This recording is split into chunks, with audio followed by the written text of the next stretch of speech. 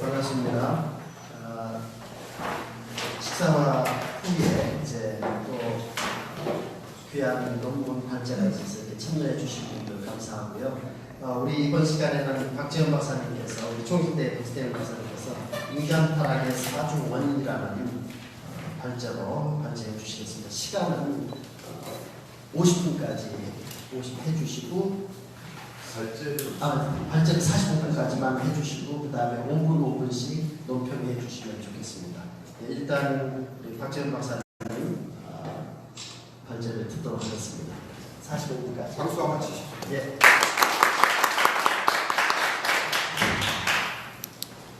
아, 110페이지입니다.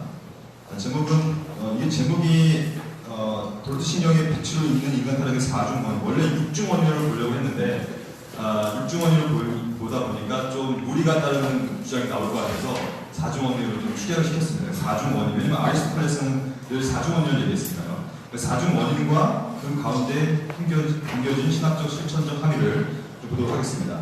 소론을 좀 보도록 하겠습니다. 신학에서 원인에 대한 고찰은 매우 중요합니다. 왜냐하면 원인이라는 것은 신학적 주제들을 어떤 한 사건 혹은 그 원인으로 이해할 때 그것을 어떻게 이해하느냐에 따라서 신학적인 색깔과 해석과 적용이 완전히 달라지기 때문이죠. 예를 들면 칭의론을 봤을 때 칭의론의 궁극적 원인이 누구냐에 따라서, 그러니까 인간이냐 하나님이냐에 따라서 세미펠라기안으로 가든지 아르미누스주의적으로 가든지 이렇게 됩니다. 왜냐하면 원인, 칭의가 되는 궁극적인 원인이 뭐냐고 설정하는 거에 따라서 완전 바뀌기 때문이죠. 그리고 두 번째 단락입니다. 인간의 타락이라는 주제 역시 마찬가지입니다. 인간 타락의 원인을 하나님으로 볼 것인가, 그래서 하나님을 죄의 저자로 만들 것인가, 아니면 인간에게 돌릴 것인가.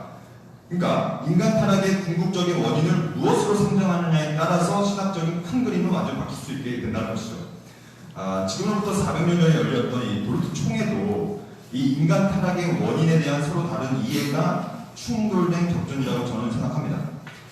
개혁파 신학자들과 아르미니우스주의자들이 후회된 학론파들 사이에서 여러 가지들의 어떤 입장 차이가 있었는데 그것을 여러 가지로 갈무리할 수 있겠지만 저의 오늘 본고의 주장은 인간 타락의 원인이 서로 달랐기 때문에 서로 입장 차이가 난 것이다라고 저는 좀 그러한 시각으로 좀 그런 관점으로 보려고 합니다.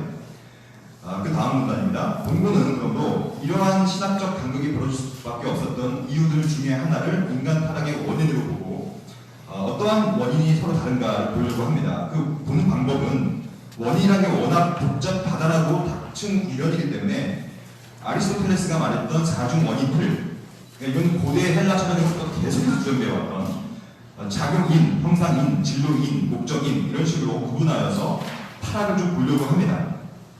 그 이유는 뭐냐면 그 다음 페이지 이렇게 보다 보면 과연 타락할 때 하나님은, 인간은, 사탄은 어떠한 역할을 했는가, 또한 어떠한 역할을 하는 거에 따라서 그 타락에 대한 책임을 져야 되기 때문에 과연 누가 궁극적인 타락의 책임을 져야 되는가, 이것들이 이제 좀 드러날 것이라고 저는 봅니다. 이렇게 철학적인 형이상학적인 방법론을 이용하여서 신학적 논의를 보는 이유는 다른 것이 아니고 더 정제된 신학적 진리를 도출하고자 하는 수단으로서는 사용할 뿐입니다.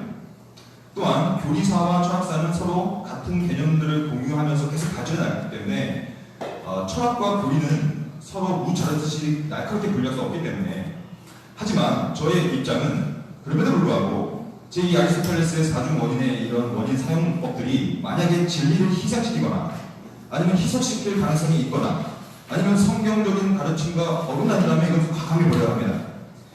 하지만 그렇지 않을 경우에는 우리가 선용할 수 있다는 것이죠.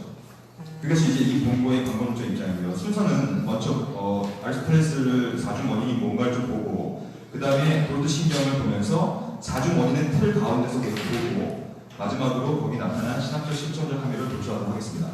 먼저는 두 번째 파트는 아리스토텔레스가 과연 어떤 식으로 4중 원인을 얘기하는가 좀 볼게요. 이건 좀 빨리빨리 넘어가겠습니다. 일단 아리스토텔레스는 그의 물리학에서 원인론을 구체적으로 다루고 있습니다. 아리스토텔레스가 말하고 있는 원인은 무엇이냐면 그것으로부터 어떤 존재가 생기는 것, 이게 원인입니다. 그러니까 즉 그것을 타락의 결과를 연결시키면 타락은 뭐로부터 생겼는가로 우리가 볼 수 있다는 것이죠. 총 4가지로 아리스토텔레스를 보고 있는데, 첫 번째 진로적 원인이에요. 이것은 아리스토텔레스의 논리 전개 구조입니다. 먼저 진로적 원인을 먼저 얘기하고 있어요. 뭐냐면 조각상을 청동 조각상으로 만드는 원인은 청동이다. 그러니까 재료라는 것이죠. 재료. 그러므로 이 진료적 원인은 재료적 원인 아니면 진료적 원인 이런 식으로 통용하는 사용하고 있습니다. 그 다음에 이 재료만 많이 있더라도 청동상이 될 수가 없어요. 왜냐하면 그 다음에 뭐냐면 진료적 원인 다음으로는 형상 혹은 양식에 대한 원인을 이제 말합니다. 즉 좀 내려가면요. 이 형상의 원인은 뭐냐면 근본적 본질을 뜻합니다.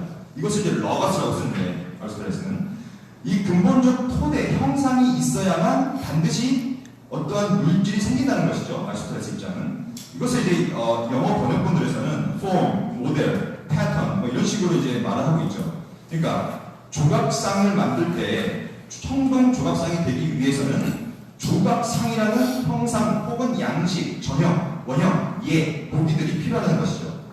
그리고 신학에서는 이 형상적 원인을 중요하게 생각하는데 이것을 어떠한 사물이나 사건이 일어나기 위해서 필요한 정수, 본질 이런 의미로 이제 사용되고 있다는 것이죠. 세 번째로는 이 진료적 원인과 형상적 원인이 있다고 하더라도 이 작용인이 없으면 이게 벌어지지 않습니다. 그래서 이 아리스토텔레스에 의하면 변화 혹은 변하지 않음의 주요한 원인이 바로 작용인이다. 그러면서 여기서 보면요, 아버지가 자녀를 존재하게 만드는 작용인이라고 하는 것이죠. 그러니까 진로가 많이 있더라도 형상이 많이 있더라도 아버지라는 작용, 능동적 주체가 없었다면 존재가 생겨날 수 없었다는 얘기를 하면서 그러면 신학에서는 이 작용 원인을 유효적 원인 아니면 작용인 아니면 효과적 원인 이런 식으로 효율적 원인 대단히 중요한 원인으로 이제 봅니다. 이게 우리가 좀 이따 볼 거지만 브로트 신경의 타락의 원인도 사실 이 작용인이 뭔가가 되게 중요하거든요. 그러니까 진료적 원인과 형상적 원인이 많이 있더라도 사중 원인 가운데 유효한 작용인이 없다면요 이게 벌어지지 않는다는 것이죠.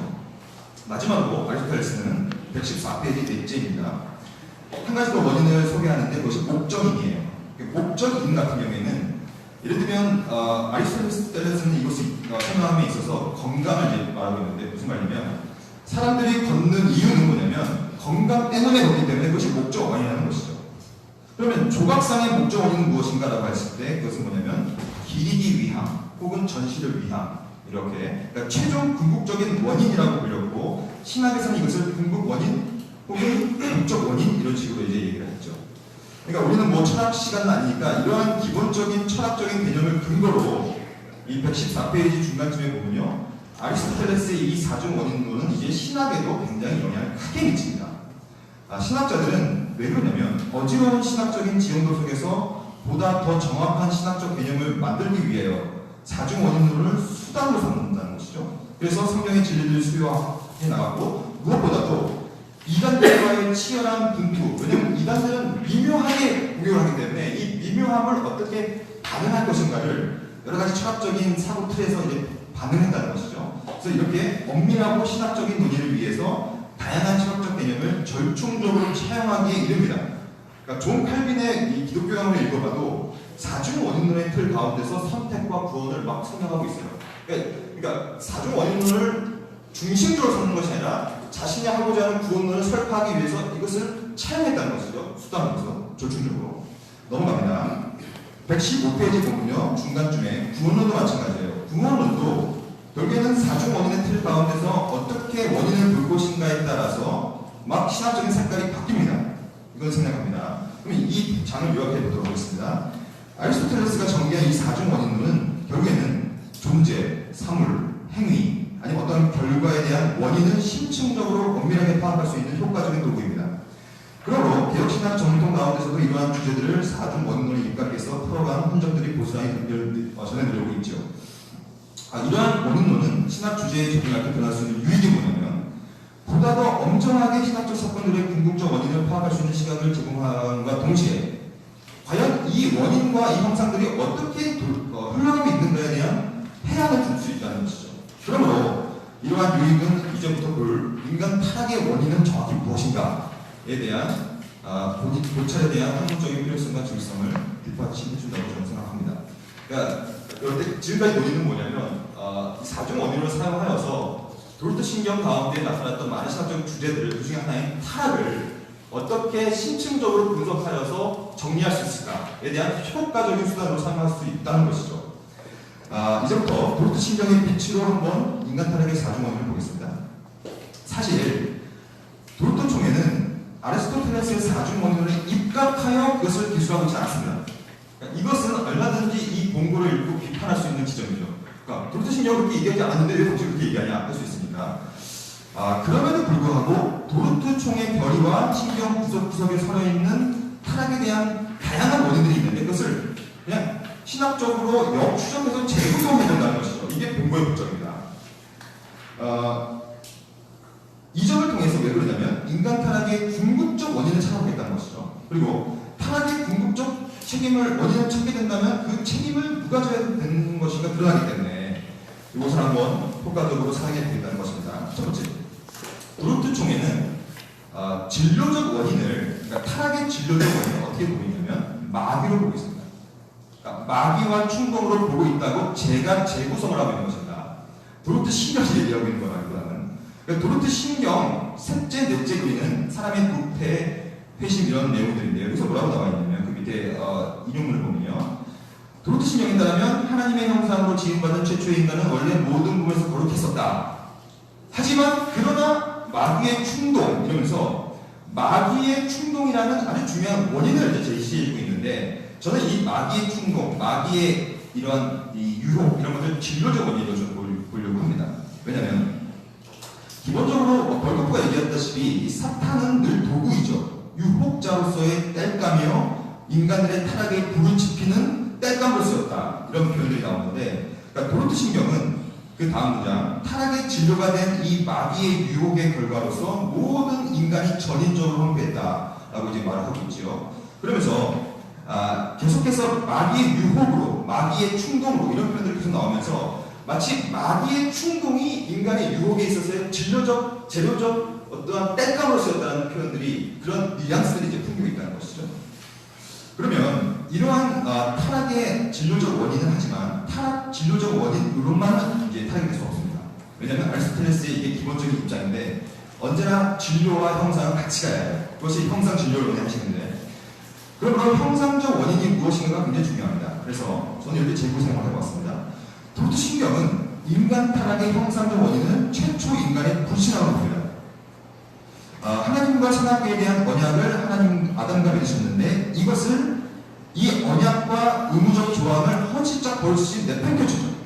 왜냐하면 하나님과 맺었던 언약을 불신했고 언약에 담겨진 상호 관계성을 무시했으며 하나님과 같이 되고자 하는 마음과 먹음직도 하고 보암직도 하고 탐스럽기도 했던 마음과 이 모든 것들이 하나님과의 언약을 깼던 그러니까 믿지 않았던 어떤 교만과 탐심의 발로로서 이 불신함을 그래서 이 중간에 보면 117페이지 있습니다. 교만함과 탐심은 결국 하나님의 언약을 믿지 못하는 불신함으로 귀결되었고 이러한 불신함이 결국 선악과를 따먹는 완고함을 만들었는데 이것이 하나님의 영원한 작정을 다루는 천체교주 6항에서는 이러한 불신함을 인간의 완고함으로 표현합니다. 그러므로 이 교만과 탐심의 바탕을 둔 인간의 완고함, 불신함을 타락의 제로적 원인과 결부시켜서 재구성을 해보면 사탄의 충동들이 진료적 원인으로 작용하여서 인간의 불신앙을 건드렸고 인간의 불신앙이라는 것이 형상적 원인으로 작용하여서 그의 교만과 탐심, 완고함과 버무려져서 언약을 불신하여서 불신앙이 타락의 형상적 원인이 되었다라고 재구성을 좀 해볼 필요가 있다는 것이죠. 그러면 우리가 이제 형상과 진료적 원인만을 가지고서 사실 타락이 될 수가 없기 때문에 가장 중요한 목적 원인인 타락의 원인인 작용 원인을 조금 더 시간을 쓰겠습니다. 도르트 신경은 이게 가장 중요한데 인간 타락의 유효한 작용 원인은 인간의 자유 선택 의지로 보죠. 즉 아무리 사탄이 유혹을 했다고 하더라도 그리고 아무리 인간이 불신앙적인 마음을 품었다고 하더라도 실제적인 행위를 낳는 작용 원인이었던 자유 선택 의지가 없었다면 그 다음 문장에 보면요. 그러니까 외적인 원인인 자유선택 의지라는 것이 없었더라면 외부적인 행동을 낳게끔 만드는 추동 원인이 없었으므로 의지를 발동해서 손을 뻗어서 선악과를 잡을 수 없었다는 것이죠. 그러니까 의지를 발동해서 선악과를 한입 깨버렸기 때문에 이 자유선택 의지라는 작용 원인이 없었더라면 이것은 타락이 이루어질 수 없었다라고 재구성해 볼 수 있는 것이죠. 인간의 이러한 자유선택 의지는 그러므로 인간 타락의 유효적, 효과적, 산출적 원인이라고 표현합니다.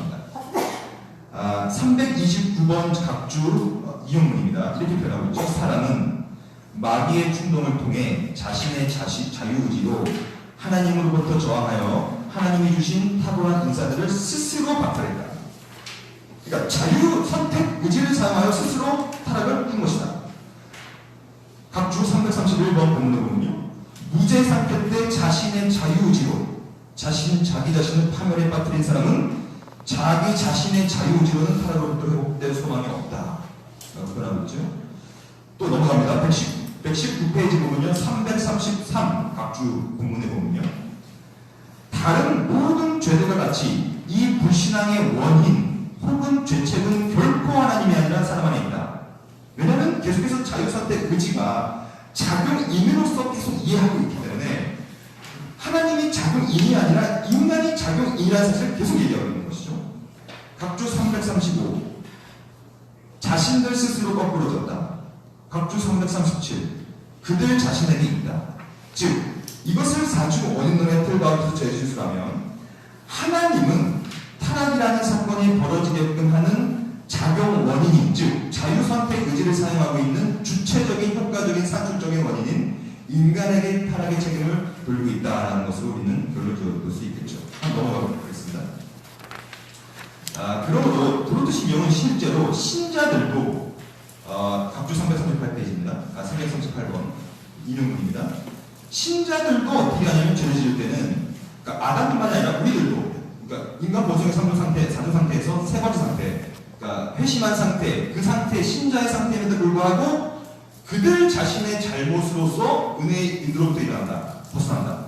그래서 육신의 종이 이끌리고 그 욕중에 끌고 수 있다. 그러니까 현재 우리가 살아가고 있으면서 신자로서의 죄를 짓는 모습들도 작용인을 우리 자신의 잘못으로 계속 보여주고 있는 것이죠. 그러면서 이제 견인구리를 이제 쭉쭉 얘기하고 있는 부분이 있죠. 요약좀 보도록 하겠습니다. 지금까지 살펴본 것처럼 120페이지 중간입니다. 인간 타락에 있어서 이러한 작용 원인으로 기능한 인간의 자유선택 의지는 타락의 추동적 원인으로서 매우 중요한 유실질입니다.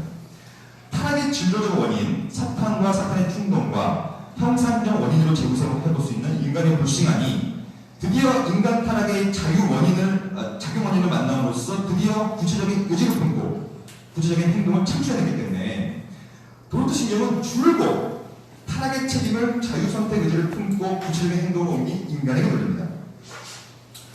이제부터 좀 복잡한 분위기가 시작되는데요. 목적 원인과의 하나님과의 모겠습니다. 하지만 이제 이 도로트 총회의 이 대변자, 그러니까 반대편으로 나오는 학론파들도 이 타락의 주요 원인은 인간으로 봅니다. 그러니까 유기의 맥락 가운데 이렇게 말하고 있죠. 회심하지 않고 신앙심이 없는 자가 궁극적인 타락에 이르렀다.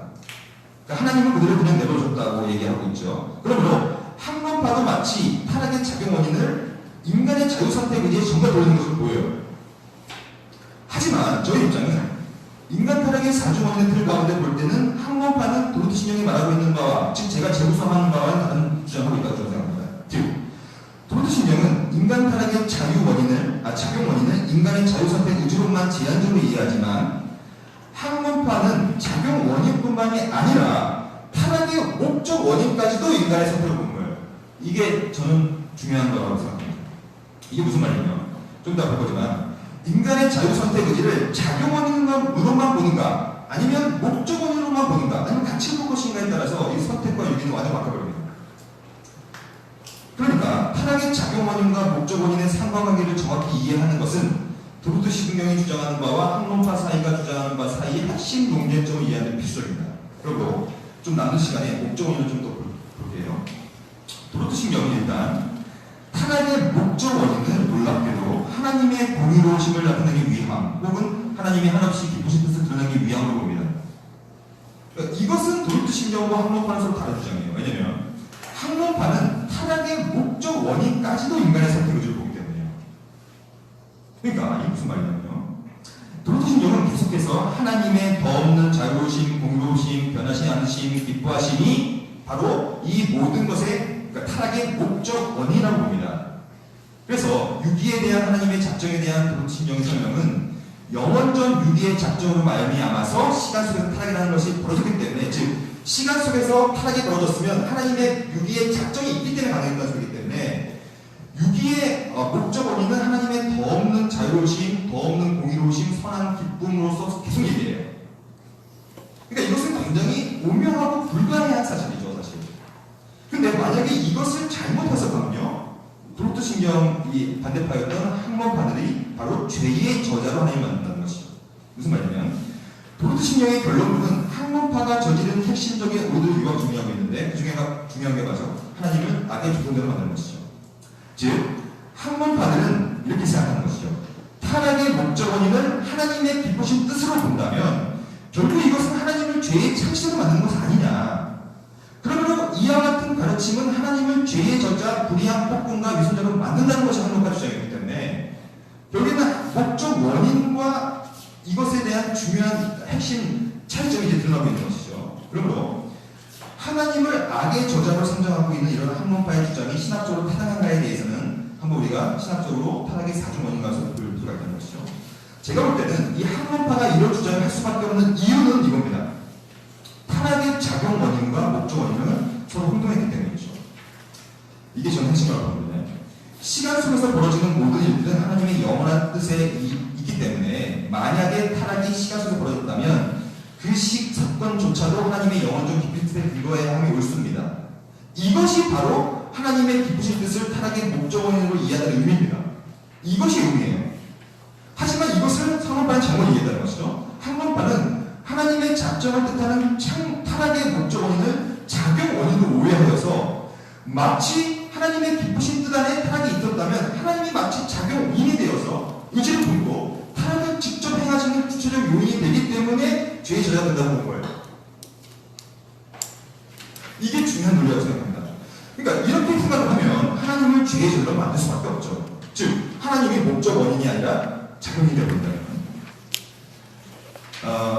즉 하나님을 죄의 저자로 만들지 않기 위해서 타락을 작정하시는 하나님의 뜻, 타락 사건 속에서 제거해버렸고 인간의 자유선택 의지를 채워넣어 타락의 의지를 인간의 의지에 집중했던 것이 바로 이게 작용 원인과 목적 원인에 대한 정확한 설명이죠. 근데 그렇게 된다면 인간의 의지에 근거하여 일어난 사건이 되어버렸고 그 안에는 하나님의 작정과 계획하심이 전무한 구조가 되어버렸죠. 그러니까 목적 원인과 작용 원인이 전부 다 인간으로 돌려버린다는 것은 이것은 결국에는 인간 때문에 인간이 마치 작정을 하여서 타락이 된 것처럼 느껴진다는 것이죠. 즉 하나님의 작정과는 상관없이 인간의 의지대로 타락을 할 수도 있고 혹은 하지 않을 수도 있고 인간이 모든 것을 주도적으로 만들어가는 인간 중심적인 조건부 타락론이 탄생될 수밖에 없다는 것이죠. 만약에 학문파처럼 생각한다면 이러한 구조가 조건부인 이유는 인간의 의지적 선택이 타락의 작용 원인, 목적 원인 전부를 독식하기 때문에 인간이 하는 바에 따라서 그것이 조건이 되어서 하나님의 작정에 개입할 수 있기 때문이죠. 그러니까 타락의 목적 원인과 작용 원인을 정확히 상정할 때만이 조건부 타락론과 작용론이 벌어지지 않는다는 얘기입니다. 하지만 반대로 브루트 신경은 지속적으로 타락의 목적 원인을 인간의 뜻을 두지 않아요. 늘 하나님의 뜻과 불가한 이유로 보고 있는 것이죠. 그러나 비록 타락의 목적 원인이 하나님의 깊은 뜻이지만 그럼에도 불구하고 그 끝은 하나님을 죄의 저자로 만들지 않는다는 얘기를 하면서 그 이유가 뭐냐면 작용 원인이 하나님이 아니기 때문이라는 것이죠. 제 구성의 입장은. 그러니까 작용 원인이 하나님이 아니라 목적 원인이 하나님의 뜻이기 때문에 인간의 자유선택 의지가 작용인이기 때문에 인간이 책임을 졌다는 소리죠. 그럼 이렇게 얘기하고 있죠. 15강엔 유기의 작정은 하나님을 결코 죄의 저자로 만들지 않는다. 이러면서 이것은 매우 신성모론적인 생각이다. 이러면서 이렇게 얘기하고 있죠. 오히려 348과조입니다. 오히려 유기의 작정은 하나님을 두렵고 흠없으면 죄를 공개 심판하고 보호하는 분으로 만든다. 이러한 브루트 신경의 진술은 심지어 유기와 타락까지도 하나님의 주권 아래 있음을 공표하는 것으로 학문파의 주장처럼 만약에 이렇게 하나님을 제쳐주고 인간 스스로가 목적 원인을 독식하고 또한 자기의 원인을 독식한다면 이것은 하나님께서 더 이상 행동할 이 주체적인 순간이 없다는 것이죠. 그러므로 시간이 많이 갔죠. 요약을 좀 해보도록 하겠습니다. 123페이지입니다. 123페이지 본장을 요약해보도록 하자. 본장의 논의에 근거하여 브루트 신경을 사중원론의 제6각계에 진술하면 이렇게 할 수 있습니다. 도르트신경은 타락의 진료적 원인을 뱀, 선악과 도구로 삼은 사탄의 충동으로 보고요. 형상적 원인은 인간의 불신앙, 완고함으로 볼 수 있고, 작용 원인은 인간의 자유선택 의지로 볼 수 있고, 목적 원인을 숨겨진 하나님의 뜻으로 보는 것이고, 중요한 것은 저희 가장 중요한 공부의 입장은 도르트신경은 타락의 책임을 목적 원인인 하나님한테 두지 않고 작용 원인은 인간한테 준다. 이게 정말 심하죠. 이 논리 가운데서 비로소 하나님은 죄의 저자가 되지 않고 오히려 공의로운 뜻을 불가해하게 진행하시는 목적 원인이 되신다는 것이 제 입장입니다. 이러한 입장 가운데 나타난 실천적 신학적 한계를 좀 올라왔습니다. 첫째, 타락의 원인이 진로적 원인이 사탄과 유일한 사실은 사탄이 누구냐? 바로 하나님의 절대적인 통제 아래서 도구로 활용되고 있다. 그러니까 현대 사회 속에서는 이 헐리우드 영화가 다 망쳤죠. 사람은 헐리우드 영화에 보면요, 마치 사우론 무슨 거대한 절대 악이 있는 것처럼 그 악이 전지전능한처럼 보이는. 그러니까 사탄이 뭔가를 하나님보다 더 우월하게 뭔가를 하고 있는 듯한 느낌. 그렇지 않다는 것이죠. 사탄은 진료적 도구에 불과하죠. 그것이 욥기의 가르침이죠. 사탄은 늘 하나님 앞에 나와서 허락을 맞죠. 허락을 맞춰서 하나님의 주권적 통제 아래서 하는 것이죠. 그러므로 사탄은 타락을 허용적으로 작정하지도 못하고 직접 기획하지도 않고 직접 실행한 것도 아닙니다. 사탄은 진료적 원인이죠. 이런 측면에서 바리콘이 이렇게 얘기하고 있습니다. 제가 참 좋아하는 수학자인데 우리 박태민 교수님 잘 번역해 주셨지만 하나님은 절대적으로 거룩하시고 전능하신 분이기 때문에 우리가 할 수 없는 것을 하실 수 있는 분이죠. 그건 뭐냐면 하나님은 죄를 자기 손안에 도구로 삼을 수 있다. 만약 하나님이 죄를 절대적으로 거룩하고 주권적인 방식으로 통치할 수 없었다면 죄를 결코 용인하지 않았기 때문에 죄는 진료적 원인에 불과하다는 것이죠. 두 번째, 그러면 타락의 형상적 원인이라는 인간의 불신앙에 내포된 신학적 실천을 하는 무엇인가? 성경은 계속해서 우리의 마음을 지키라고 하죠. 왜냐하면 우리의 마음이 이 불신앙이 타락을 추동하고 있으니까. 그러므로 타락의 진료적 원인이 타락의 형상적 원인과 결합되지 않도록 신자들은 계속해서 마음을 지켜야 되는 것이죠. 왜냐하면 이 야고보서에 보면요, 각 사람이 시험을 받는 것은 욕심에 끌려 미혹됨이니 욕심이 잉태한 주 죄를 낳고 죄가 항상 사망을 낳으니라. 이것을 다시 한번 재구성해 보면 시험을 받는 이유, 진료적 원인이죠. 이것이 자기 욕심에 끌려 마음이 유혹되어 이게 형상적 원인이 되어서 죄가 결과로 된다. 이렇게 되기 때문에 늘 우리는 우리의 형상적 원인이 마음을 잡아야 된다는 시천적인 합의를 나올 수 있겠죠. 사실 세 번째가 중요한데요. 인간의 자유선택 의지가 이 타락의 작용이 일어나는 소리는 결국에는 우리의 이 인간의 자유선택 의지를 상정하는 구조 속에서는 하나님이 죄의 조수자가 될 수 없죠. 그러므로 인간이 주동적인 원인이 될 수 있기 때문이죠. 그러므로 하나님은 창세기 3장에서 아담과 하와에게 타락의 책임을 묻습니다. 왜냐하면 아담과 하와의 자유선택 의지가 작용이 인연이기 때문에 책임을 져야 되는 것이죠.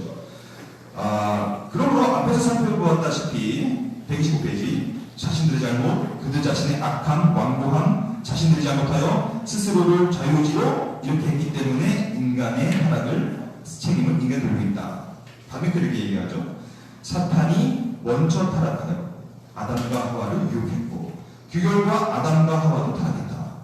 죄의 기원은 그런 것보다 오로지 이성적 비전으로 의지에 있는 것이다 라면서 이건 뭐냐면 죄의 작용인을 말하는 것이죠. 작용인은 피조물의 의지, 자유선택 의지에 있는 것이다. 그러므로 사실 우리는 거듭남을 위해 노력을 해야 되겠죠. 왜냐하면 거듭나야만 우리의 이 자유선택 의지가 이제 새롭게 변화가 되기 때문이죠.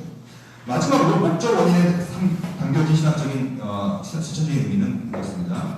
이러한 사실을 통해 다시 한번 무한하신 하나님의 질적인 탁월성이 우리 같은 유한한 인간들이 펼쳐지며 결국 하나님을 하나님으로밖에 인정할 수 없는 겸손함, 이것을 우리는 이끈다는 것이죠. 왜냐하면 타락의 목적 원인을 인간으로 상정하는 학문파의 주장 가운데서는 하나님의 주권이 무너지기 때문이죠.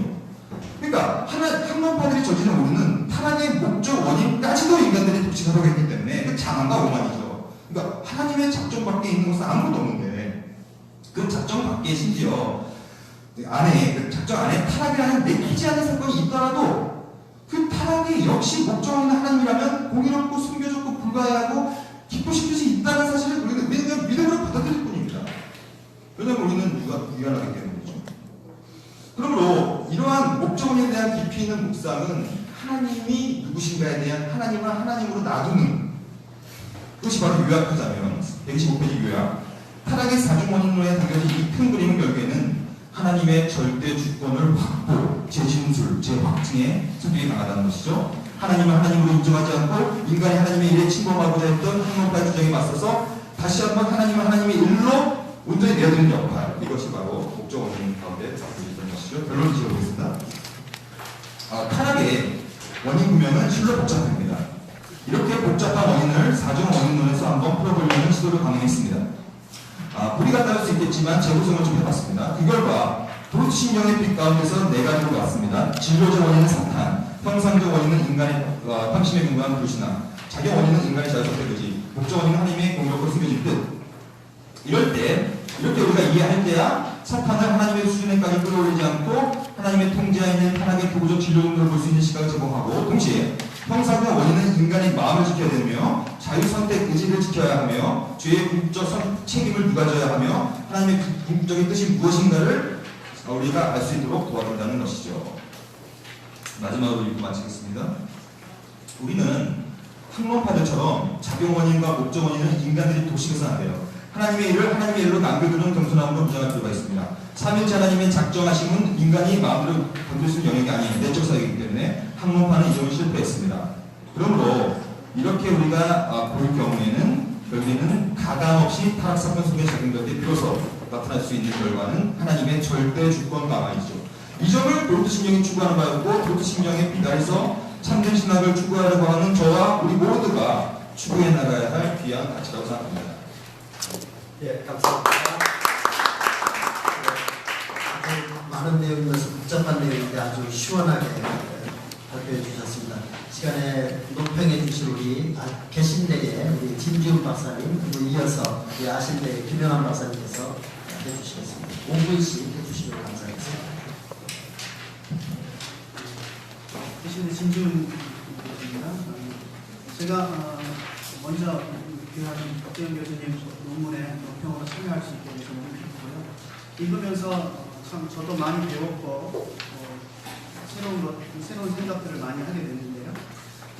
제일 먼저 우리가 생각해 볼 것은 저자가 박재현 교수님이 도르트 총회를 인간 타락의 원인에 대한 개혁파와 학문파의 그런 생각이 다른 두 견해가 격돌한 논쟁장이었다라는 그런 시각에 따라서, 그리고 그 원인을 분석하는 것이 참 중요하다는 의미에서 그 인간 타락의 원인에 대한 것을 분석하는데 주안점을 두고 이 논문을 쓰셨는데요. 이런 시도는 참 좋은 시도이고 의미 있는 시도라고 생각을 합니다. 특별히 아리스토텔레스의 사중 원인론을 방법론으로 채택을 하셨는데요. 그리고 저는 사실 이 아리스토텔레스의 사중 원인론을 철학 시간에 개론해서 배우기는 했지만 그것을 어떻게 신학적으로 사용되는지는 한 번도 경험해 보지를 못했는데, 교수님 논문을 통해서 또 앞에 보면은 교수님이 친절하게 아리스토텔레스의 사중 원인론에 대해서 잘 요약해서 설명하시고, 그것이 구원론과 창조론에서 어떤 신학적 논쟁에서 유익한 점이 있었는가 하는 것들을 설명을 해주셔서 저에게는 특별한 또 유익이 되었습니다.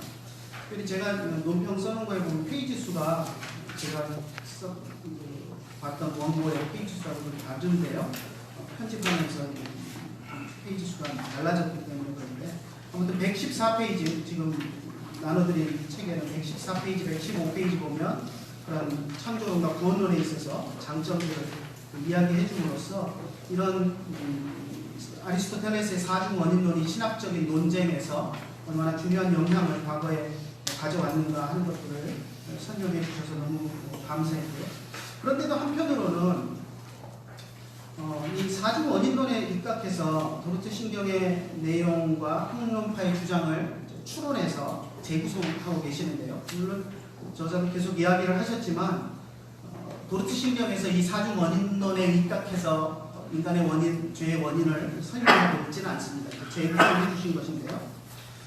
한 가지 마음속에 드는 의문이, 과거 신학자들이 이런 아리스토텔레스의 방법론을 사용해서 창조론이나 구원론에 있어서 이런 것들을 설명했고 그것이 또 좋은 유익이 있었다라는 그것만을 가지고 다른 방법론을 찾지 않고 아리스토텔레스의 사중 원인론을 적용한 것이 가장 합리적인 것이었을까 하는 그런 의심이 좀 듭니다. 그리고 이제 제 생각은 아닌데요. 제가 이것 논문을 논평을 준비하면서 읽고 또 우리 아들 중학교 3학년 아들한테 이제 이런저런 얘기도 좀 하고 설교 시간에 제가 요즘 도르트신경 강의를 하고 있는데 그러면서 설교 시간에 이 논문의 이 사중 원인론에 대한 것을 가지고 설교를 좀 했더니 사용을 했더니 우리 중3 아들이 이야기하는 게 4차 산업혁명 시대에 2500년 전에 아리스토텔레스가 한 그 원인론 그거 외에는 원인을 불평할 수 있는 방법이 없느냐고 저에게 묻더라고요. 근데 그걸 들으면서 제가 대답을 못했어요. 우리가 지금 이 시대를 살아가면서 과연 원인을 불평하는 데 있어서 2000년이 훨씬 넘은 2500년 가까이 된 아리스토텔레스가 만들어 놓은 이 원인을 분석하는 이 사중 원인론 외에는 다른 대안이 없구나. 정말 제가 아들한테 대답을 못하고 우리 교수님한테 와서 한번 하는 그런 마음이 들었었고요.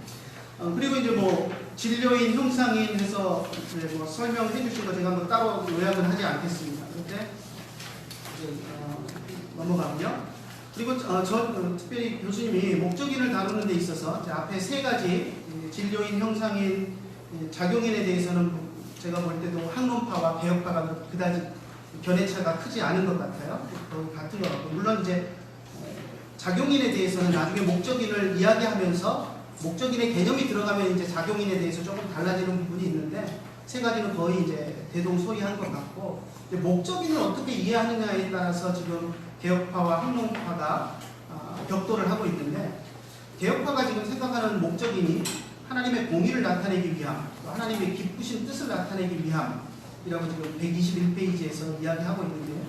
그래서 학론파는 목적인의 주체가 하나님이 되시기 때문에 하나님의 죄의 조성자로 볼 가능성이 있다 하는 것을 염려한 것이 컸던 것 같습니다. 그런데 그래서 이제 하나님의 죄의 조성자로 만드는 것을 반대했기 때문에 목적인까지도 인간의 자유의지로 보았는데요. 물론 저자도 그것을 분명하게 인식을 하고 계시는데 보면은 121페이지인가요? 121페이지에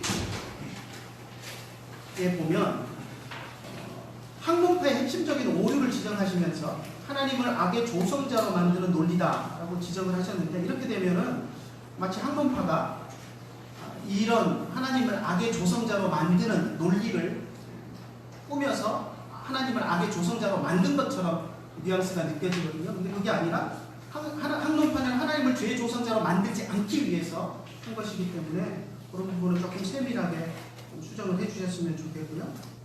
그리고 이제 한 가지 아쉬운 점은 학론파를 비판하시면서 하나님의 기쁘신 뜻 그리고 그것이 오묘하고 불가해야 하기 때문에 121페이지 중간인데요. 인간이 온전히 이해할 수 없다라고 선언하시면서 학론파가 그것을 받아들이지 못한 것을 불가해야 한 것을 자의적으로 해석하려고 하는 데서 나온 오류다라고 지적을 하신 것을 보게 되는데 물론 신학적 논쟁에서 우리 유한한 인간이 알 수 있는 그런 영역이 알 수 없는 영역이 분명히 있습니다. 하지만 논리적으로 잘못된 것을 지적하지 않고 설명할 수 없는 진리를 설명하려고 한 것이 잘못이다. 이렇게 한다면 우리가 좀 학자로서 좀 너무한 것 아닌가 하는 그런 생각을 하게 되고요. 그리고 계속해서 이 목적인이 중요해서 계속 이 부분에 대해서 논의가 많은데 121페이지 계속 보면 제일 아랫부분인 것 같은데 학론파의 논리적인 오류를 지적을 하십니다. 타락의 작용인과 목적인을 혼동했기 때문이다 라고 이야기를 하는데요. 제가 볼 때 개혁파는 타락의 유효적인 원인을 작용인에만 두었습니다. 그런데 학론파는 유효적인 원인을 목적인에도 두었습니다. 그러니까 목적인을 유효적인 원인으로 보니까 목적인의 주체가 되는 하나님이 자꾸 죄의 그런 관여를 하시는 그런 모양새로 이해가 되었던 것인데요. 그래서 하나님을 죄의 조성자로 만드는 것을 피하기 위해서 학론파는 이제 하나님의 기쁘신 뜻이나 하나님의 공의를 목적인의 위치에서 끌어내릴 수밖에 없었는데요. 자, 일반적인 경우는 작용인과 목적인이 늘 같습니다. 그렇지 않습니까? 조각가가 어떤 동상을 만들 때도 어떤 목적을 가지고 조각가가 만드는 것이지 조각가가 만든 목적과 다르게 그 동상을 끌어다가 다른 목적으로 사용하는 예는 별로 없기 때문에 작용인과 목적인의 주체가 일반적으로는 같습니다. 그런데 지금 아리스토텔레스의 사중 원인론을 차용해서 지금 이 죄의 원인에 대해서 이야기할 때 개혁파의 주장은 작용인의 주체와 작용인과 그리고 목적인의 주체가 달라짐으로써 지금 생기는 현상인데요. 과연 우리가 아리스토텔레스의 이 사중 원인론을 차용해서 신학적인 논쟁을 할 때 목적인의 주체가 작용인의 주체와 다를 수 있는가 하는 것은 한 번 더 심각하게 좀 다루어 볼 필요가 있지 않은가 하는 그런 생각을 해봅니다. 그리고 도르트 신조를 이제 저 교수님이 평가하시면서 인간 타락이라는 그런 사건에 대해서 하나님의 절대적인 주권을 인증하고 확증하고 재진실한 것이다 라고 평가하시는 것은 저도 너무나도 동의하고 또 저도 사회주의 신학자로서 하나님의 주권에 대한 것은 분명히 드러나야 되고 바빙크의 말처럼 하나님은 죄와 그로 인한 타락까지도 하나님의 손 안에서 얼마든지 거룩한 방식으로 사용하실 수 있는 분이라는 것에 저도 적극적으로 동의를 하는데요. 그런데 이 하나님의 절대적인 주권을 설명하기 위해서 사용하는 이 목적인이라는 철학적인 어떻게 보면 제가 얄궂은 용어라고 표현을 했는데 이런 표현을 통해서 또 뭐 개혁 신학자들이 예전에 이제 이 사중 목적 외에도 먼 원인, 가까운 원인 교수님이 소개를 하셨는데 소극적 의지, 적극적 의지 이런 용어들을 사용해서 표현했는데 하나님의 주권이나 작정, 계획하심 이런 것에 대한 설명을 과연 이 목적인 또는 철학적으로 먼 원인, 가까운 원인 하면서 이런 용어로 과연 설명을 우리가 명쾌하게 할 수 있느냐 하는 문제를 우리가 다시 한번 좀 생각해 보아야 할 것 같고 이렇게 분명하게 명쾌하게 설명할 수 없기 때문에 이런 용어들의 사용이 오히려 그 논리적인 반작용으로 인해서 또 다른 오해를 만들어내지는 않을까 하는 그런 염려를 하게 됩니다. 그래서 귀한 교수님 논문을 통해서 많이 배웠고요. 제가 질문한 것에 대해서 답변을 부탁을 드립니다.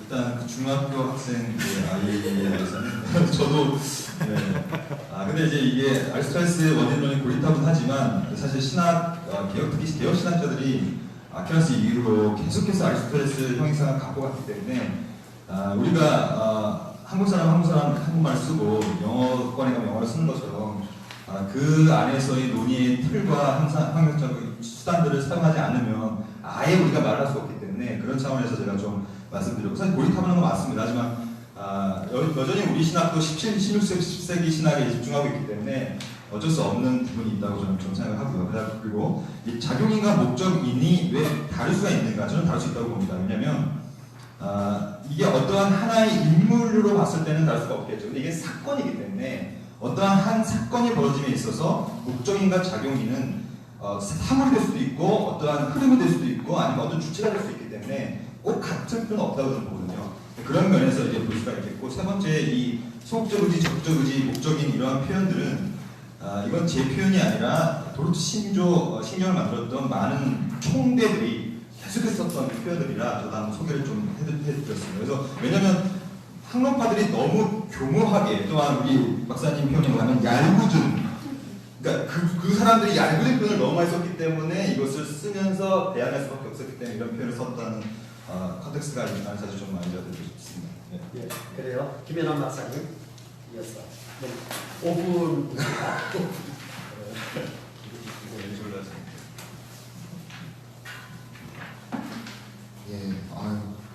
우리 박재현 박사님하고 제가 우리 교회 부목사님이고 제가 목사님 그래서 오늘 뭐 아주 신랄하게 한번 까야겠다 이런 마음으로 왔어요. 시간이 없어요. 12가지로 이렇게 알아봤는데 가하기는 너무 어려울 것 같고요. 일단 먼저 제가 너무 사랑하고 또 좋아하는 후배면서 같이 일하는 동료자인데 이 논문을 읽으면서 저에게 좋았던 부분은 도르트 신조를 하면서 왜 죄의 저자가 하나님이 될 수 없는가에 대한 학론파의 이 어떤 공격을 도르트 신조를 기록했던 우리 신앙의 선배들이 잘 방어를 했는데 그것을 이제 원인론으로 분석을 해서 우리에게 좀 더 알기 쉽게 그렇게 설명을 해줬다는 것에서 저는 굉장히 설득력이 있는 논문이었다는 그런 생각을 제가 하게 됩니다.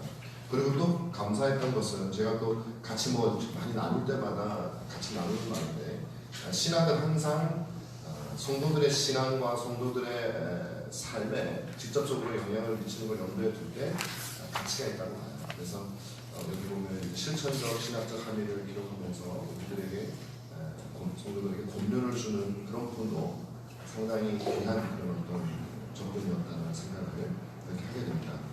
그렇지만 이제 몇 가지 제가 좀 드리고 싶은 말씀이 좀 있습니다. 예를 들면 이런 거죠.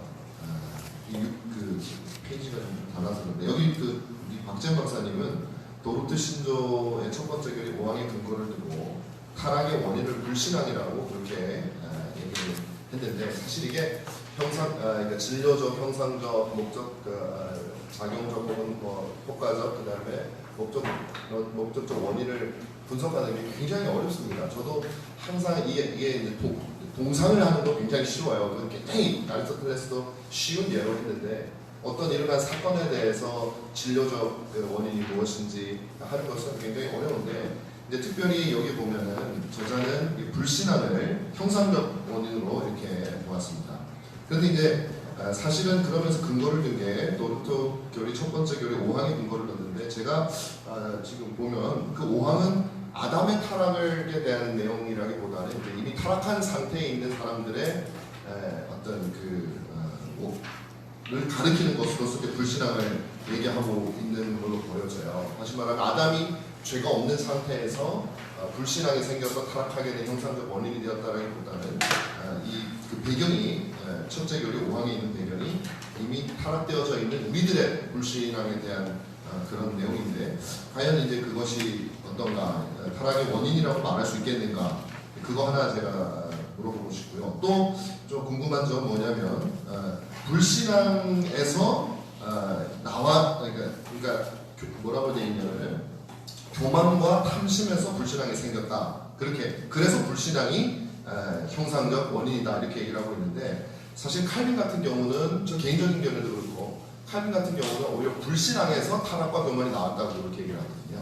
그러니까 우리가 하나님의 말씀에 대한 믿음이 깨지기 시작하면서 내 자신에 대한 교만이 나오고 그 다음에 탐심이 나왔다 이렇게 보고 있다면 만약에 그렇다면은 순서가 바뀌니까 형상적 원인도 불신앙이 아니라 교만이나 탐심이 되어야 하는 것에 대해서 어떻게 생각하는지 그 부분에 대한 질문을 하나 드리고 싶고요. 그 다음에 시간이 만약에 하나만 더 지적하고 방금 아까 우리 진지훈 박사님 말씀하신 거와 비슷한데요. 하나님을 죄의 저자로 만든 것은 학론파가 아니고 학론파가 도르트 신조에 나와 있는 내용들을 오해를 해서 이 작용적 원인과 목적적 원인을 두 개를 같은 걸로 하나님으로 보면서 오해를 해서 그렇게 생각을 하기 때문에 도르트 신조가 잘못되었다라고 생각을 하는 것이지 학론파들이 하나님을 죄의 저자로 만든 건 아니죠. 그걸 막으려고 했던 거거든요. 근데 그들의 문제였다면 잘못 이해를 했다라는 것이죠. 근데 이 글에는 마치 학론파들이 하나님을 죄의 저자로 만들었다라는 표현이 나와 있기 때문에 그 부분은 좀 이렇게 좀 명쾌하게 수정이 되어야 되지 않겠는가라는 생각을 아주 정말 제가 죄송합니다. 끝낸다고 그러고서 좀 마이너한 문제인데요.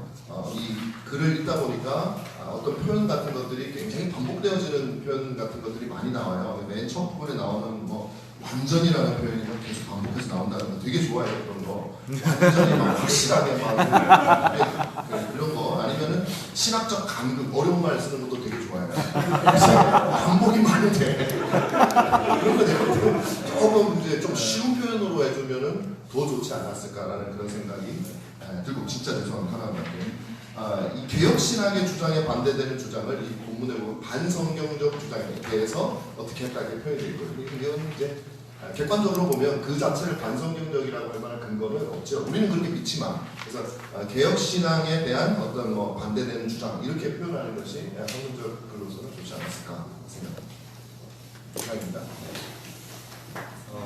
일단 6번에 대한 것은 그러니까 교만과 탐심과 불신앙의 관계인데 사실 제가 이 원인론이라는 것은 칼로 무자를 듯이 짤 수 없는 것입니다. 사실 그래서 교만이 탐심과 불신앙이 어디까지가 교만이고 어디가 탐심인가를 우리는 딱 규정할 수 없기 때문에 하지만 큰 틀에서 봤을 때 좀 더 심리적이고 내적인 원인으로서 마음으로서의 하는 거에 대한 것을 형상적 원리로 다 돌렸기 때문에 그래서 이러한 뭐 교만과 탐심이 먼저인가 불신앙이 먼저인가 이런 것들은 조금 어불설설적인 질문 그러니까 좀 어불성설이네. 그러니까 딱 묻혀 있어 없는데 그렇게 질문하시니까 좀 혼나겠어, 이제. 마음이 아프고요. 그리고 이제 이 하나님의 죄의 저자의 문제는 제가 좀 더 문구를 고치겠습니다. 그건 좋은 지적인 것 같고요. 그리고 완전히 뭐 신학적 관계 이런 것들은 좀 있어 보이려고 하는 거죠. 네, 죄송합니다. 네, 그래서 이건 좀 수정하겠습니다. 안성경 주장도 이것도 잘 받아드리도록 하겠습니다. 감사합니다. 예, 그래요. 사실은 플로어에서 하나만 딱 시간이 지금 너무 많이 됐는데 한 사람만 받겠습니다. 혹시 김재선 교수님. 네. 예. 뭐 시간 못 가고 그러니까 우선 좀 박재근 박사님의 글을 좀 옹호를 해주자면 예. 끝내려고 그래 기사. 왜 이런 아리스토텔레스의 형이상학 가지고 설명을 할 수밖에 없느냐면 중세 말기에 스콜라주의서부터 이게 계속된 패러다임으로 이 용어를 써왔어요. 그러니까 칼빈을 공부하다 보면 사중론이 칼빈의 글 속에 그대로 나와요. 구원론을 해석하면서 이 용어 그대로 쓴다고. 내용은 스콜라주의하고 다르게 쓰지만 그걸 17세기까지 물려봤기 때문에 이 사람들이 용어로 패러다임을 보실 수가 없었을 거예요.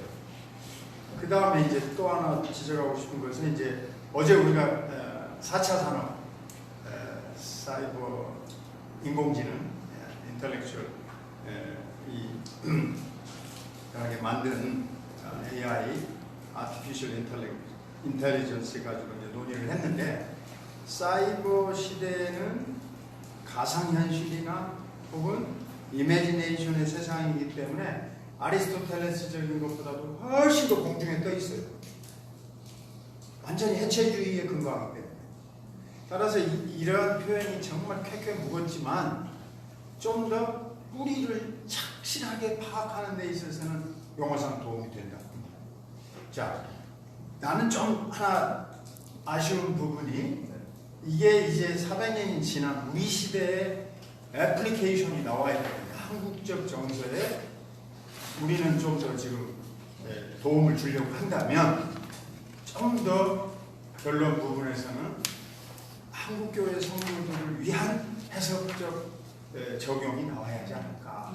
우리는 전생의 개념도 갖고 있고 우리 이제 선택 개념이나 예정 개념보다 한국 사람들이 가지고 있는 생각, 후생의 개념도 이 사람들이 가지고 있는 패러다임과 엄청 다르다고.